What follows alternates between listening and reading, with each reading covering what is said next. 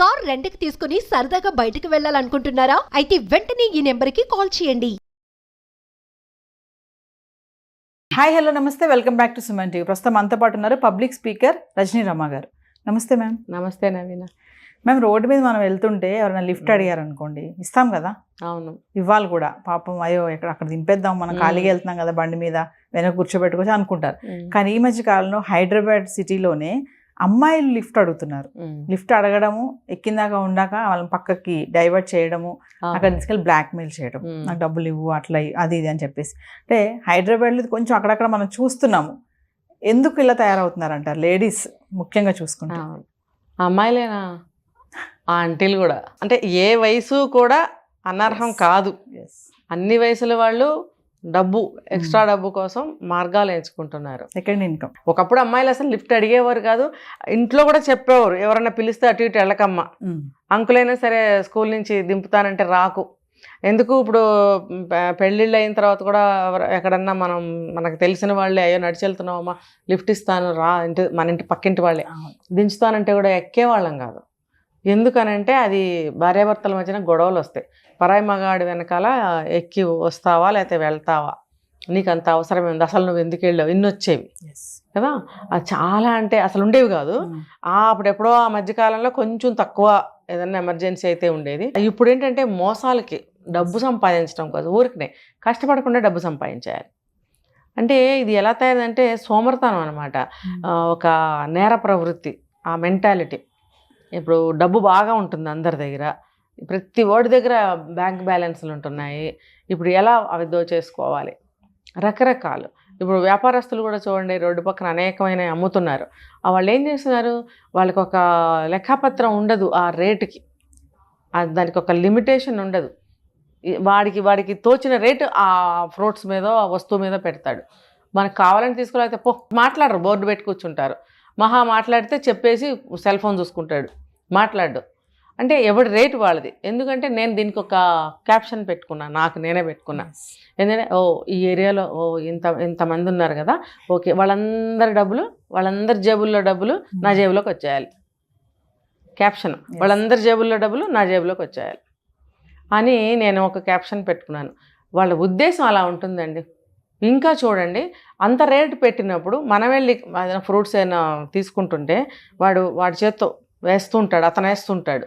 వేసినప్పుడు ఏదోలే మనం మనీ తీస్తున్నాం, ఫోన్పే చేస్తూనే ఉంటాం కదా. ఇంటికి వెళ్ళి చూసుకుంటే దాంట్లో 2-3 ఫ్రూట్స్ డ్యామేజ్ ఉంటాయి.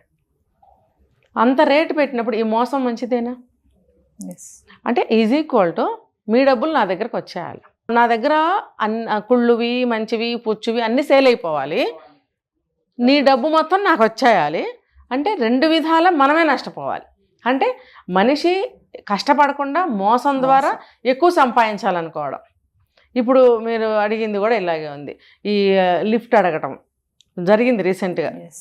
ఒక పెద్ద ఆవిడ, ఇంకొక చిన్న ఆమె, ఇద్దరు కలిసి లిఫ్ట్ అంటే ఫస్ట్ ఒక ఆమె అడిగింది, లిఫ్ట్ తీసుకుని వెళితే రూట్ చూపించడం, ఇటు పద చివరికి ఒక పొదల్లోకి తీసుకెళ్ళిపోయి బెదిరించి నువ్వు డబ్బు అంతా నాకు ఇవ్వు, లేకపోతే బెదిరింపులు తెలుసు కదా, రకరకాల బెదిరింపులు.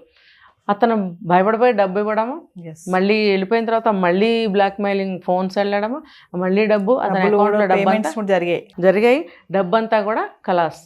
అది చాలక వీళ్ళిద్దరు నవ్వుకోవడం, మళ్ళీ వీడు ఒక బకరా మనకి ఇంకా డబ్బు ఇవ్వగలడు పదా అని చెప్పి మళ్ళీ ఇద్దరు కలిసి మళ్ళీ ప్లాన్ చేసి మళ్ళీ పలానా చోటకి పిలిపించి మళ్ళీ డబ్బులు ఆగడం. అంటే యువతల వాళ్ళు కూడా అర్థం చేసుకోవాలి. ఇప్పుడు లిఫ్ట్ ఇచ్చే రోజులు కావు, రిక్షాలు కాదు, ఆటోలు ఉన్నాయి, క్యాబ్స్ ఉన్నాయి, లేడీస్కి ఫ్రీ బస్సులు మన తెలంగాణ స్టేట్లో ఉన్నాయి.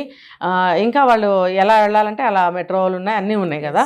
లిఫ్ట్ అడగాల్సిన పనే ఉంది, డబ్బు ఏమీ తక్కువ లేదు ఎవరి దగ్గర, మరి ఇంకా నీకు లిఫ్ట్ ఎందుకు కదా. కాబట్టి యువతల వాడు ఆలోచించుకోవాలి, ఇన్ని ఫెసిలిటీస్ ఉన్నప్పుడు నా లిఫ్ట్ ఎందుకు ఇవ్వాలి నేను? నిజంగా మూలన్న ముసలమ్మలు, కర్ర పెట్టుకొని నడిచే ముసలమ్మలకి కూడా సహాయం చేయడానికి భయపడే రోజులు వచ్చినాయి ఈ రోజుల్లో. ఒక బాగా పండు ముసలాయన కదలలేని స్థితిలో ఉంటే, నా దగ్గర డబ్బులు లేకపోతే, చిల్లర లేకపోతే, నేను వేరే షోరూమ్కి ఎక్కడికో వెళ్ళి నేను అది ఎంత చేంజ్ తీసుకొచ్చి అతనికి డబ్బులు ఇచ్చాను. ఇచ్చి నేను వెళ్ళి బండి ఎక్కే లోపల అతను అక్కడికి వెళ్ళి సిగరెట్లు తీసుకొని కాల్చడం మొదలుపెట్టాడు. అంటే నీకు నీడా అది, నాకు లగ్జరీయా? ఇది ఒక రకమైన మోసమే కదా. ఏం లేదు, ఇది డబ్బున్న వాళ్ళు, ఇప్పుడు అందరూ డబ్బున్న వాళ్ళు మన దగ్గరికి వచ్చేయాలి ఆ డబ్బు, మనం కష్టపడకుండా. ఇప్పుడు ఇది కూడా అంతే లిఫ్ట్. అలాంటప్పుడు అటువంటి వాళ్ళకి కూడా సహాయం చేయకండి. అదే లేకపోతే నేను రెండో మార్గం అనుసరించా, ఫుడ్ ప్యాకెట్ ఏదైనా ఆ టైంకి ఇవ్వడం. ఫుడ్ ప్యాకెట్ ఇస్తే నేను చెప్పాను ఒక వీడియోలో, తీసుకెళ్ళి అక్కడ ఒక చోట పెట్టేశాడు. 200 రూపీస్ ఫుడ్ ప్యాకెట్ అక్కడ పెట్టేశాడు. లంచ్, ఫుల్ లంచ్ నేను ఇచ్చాను అతనికి, అక్కడ పెట్టేశాడు. పెట్టేసి వెళ్ళిపోయాడు. అంటే కడుపు నిండిన బేరం. డబ్బు కావాలి, డబ్బు సంపాదించాలంటే ఏదో ఒకటి మాయమాటలు చెప్పి దేనమైన మొహం పెట్టి అడుక్కోవడం. లేడీస్ మేడం, మనం ఒక వీడియో కూడా చేసాం ప్రీవియస్, ఇలా లేడీస్ గర్ల్ గర్ల్స్ లాగా తయారవుతున్నారు. అమ్మాయిలు, కాలేజ్ స్టూడెంట్స్ కూడా వేరే ఊర్ల నుంచి వచ్చిన సిటీ మధ్యలో నిలబడ్డం, మాస్కులు కట్టుకొని. అంటే వీళ్ళంతా డబ్బు కోసమే ఈ పనులు. డబ్బేనండి, డబ్బే. జల్సా ఖర్చుల కోసం. పైసే పరమాత్మ. డబ్బు డబ్బు డబ్బు. అందరూ కూడా కష్టపడకుండా డబ్బు రావాలి, లగ్జూరియస్ లైఫ్ కావాలి వాళ్ళకి. అటువంటి లైఫ్ లీడ్ చేయాలి అని అంటే ఒకవేళ వాళ్ళు సంపాదించుకుంటుంటే కనుక ఆ డబ్బుతో అవ్వదు. ఇప్పుడు చూడండి, కొన్ని కేటగిరీస్ వాళ్ళు, వాళ్ళ దగ్గర కూడా బాగా డబ్బులు ఉన్నాయి, వాళ్ళు ఫ్లాట్స్ తీసుకోవడము, కార్లు కొనుక్కోవడము. మరి ఏంటండి, ఎక్కడివి? ఇలా సంపాదించిన డబ్బులే. వాళ్ళు ఏం కష్టపడి చెమటొచ్చి సంపాదించిన డబ్బులు కూడా వాళ్ళే చెప్తున్నారు ఆ మాటలు. మరి ఎవరికి తోచిన కష్టం వాళ్ళు ఎలాగోలా.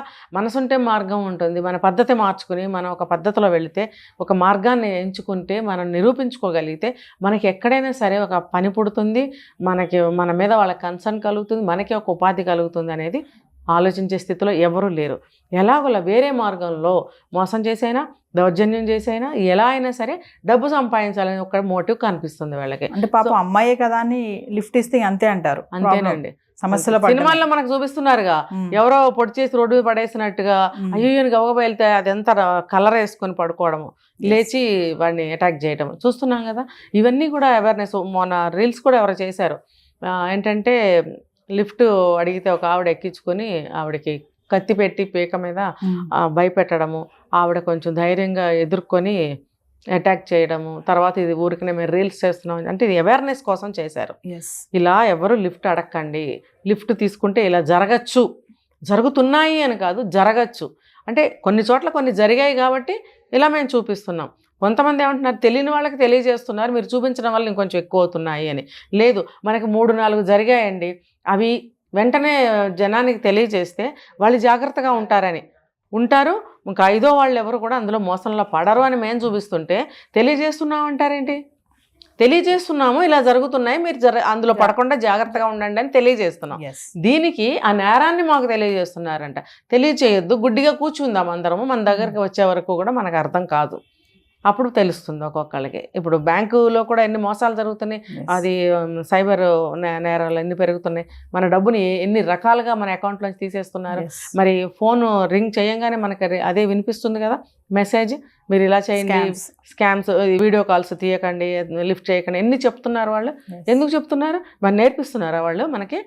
మీరు జాగ్రత్తగా ఉండమని తెలియజేస్తున్నారా? అది గ్రహించగలగాలి పబ్లిక్ అనేవాళ్ళం. ఒక మనిషిని టార్గెట్ చేసి రాళ్ళు సురుదామని చూస్తారు ఎప్పుడు చూసినా.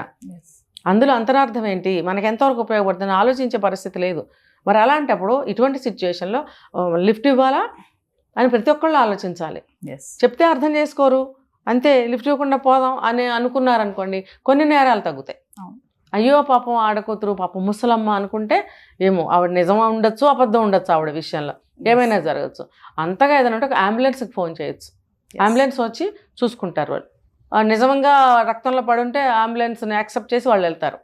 లేదనుకోండి, వాడు భయపడి అక్కడి నుంచి పారిపోతాడు. కాదు, అమ్మాయే కదా లిఫ్ట్ ఇద్దామని ఒకవేళ అదునుగా తీసుకుంటే మాత్రం రాచిక్కుల్లో పడాల్సిందే. ఫస్ట్ ఆఫ్ ఆల్ అలాంటిది ఏదైనా జరిగితే పోలీస్ కంప్లైంట్ ఇవ్వాలి, అర్థమైందా? తర్వాత అంబులెన్స్ వాళ్ళే పిలుస్తారు. 100కి ఫోన్ చేస్తే ముందు వాళ్ళు వచ్చి చూస్తారు ఇది నిజంగా కేసా లేకపోతే నాటకమా. వాళ్ళు అవసరమైతే అంబులెన్స్ని పిలుస్తారు, ఇటు అవసరమైతే పోలీస్ స్టేషన్కి తీసుకెళ్తారు. చక్కగా చట్టానికి అప్పచెప్పడమే వాళ్ళని. Thank you ma'am.